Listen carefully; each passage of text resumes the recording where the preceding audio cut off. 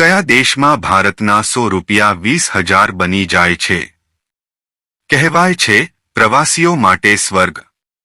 1 રૂપિયો 193 રૂપિયા બરાબર કયા દેશમાં છે? કદાચ આ સવાલનો સાંભળીને તમે ચોંકી જશો, પરંતુ આ હકીકત છે.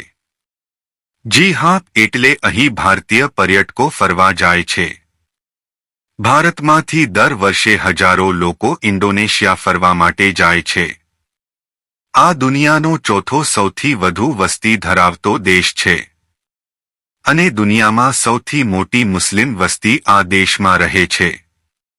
ઇન્ડોનેશિયાનો ઇતિહાસ પ્રાચીન કાળથી ઘણો સમૃદ્ધ રહ્યો છે. 15મી શતાબ્દીમાં મુસ્લિમ ઇન્ડોનેશિયામાં પહોંચ્યા અને ટૂંક સમયમાં અહીંનો પ્રમુખ ધર્મ ઇસ્લામ થઈ ગયો.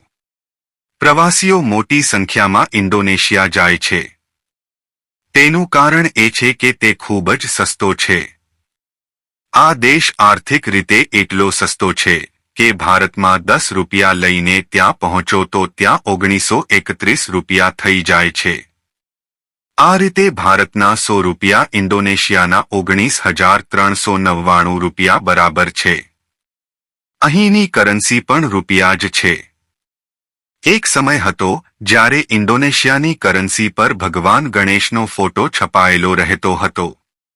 કેટલીક સદીઓ પહેલા ઇન્ડોનેશિયા એક હિન્દુ દેશ હતો, પરંતુ આજે આ દેશ દુનિયાનો સૌથી મોટો મુસ્લિમ દેશ બની ગયો છે. ત્યાંની સસ્તી હોટલ, જમવાનું અને સુંદર બીચથી પ્રવાસીઓ ખૂબ આકર્ષાય છે. ભારત સરકાર ઇન્ડોનેશિયા જનાર પ્રવાસીને ફ્રી વિઝા આપે છે. ઇન્ડોનેશિયાની ઇકોનોમી દક્ષિણ પૂર્વ એશિયામાં સૌથી મોટી છે.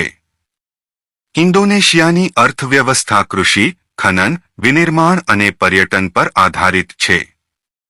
ઇન્ડોનેશિયા પામ ઓઇલનો વિશ્વનો સૌથી મોટો ઉત્પાદક અને નિકાસકાર છે.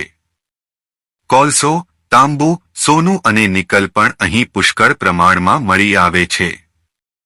ઇન્ડોનેશિયા એક લોકપ્રિય પ્રવાસન સ્થળ છે. તે તેના સુંદર દરિયા કિનારા, જ્વાળામુખી અને પ્રાચીન મંદિરો માટે જાણીતું છે.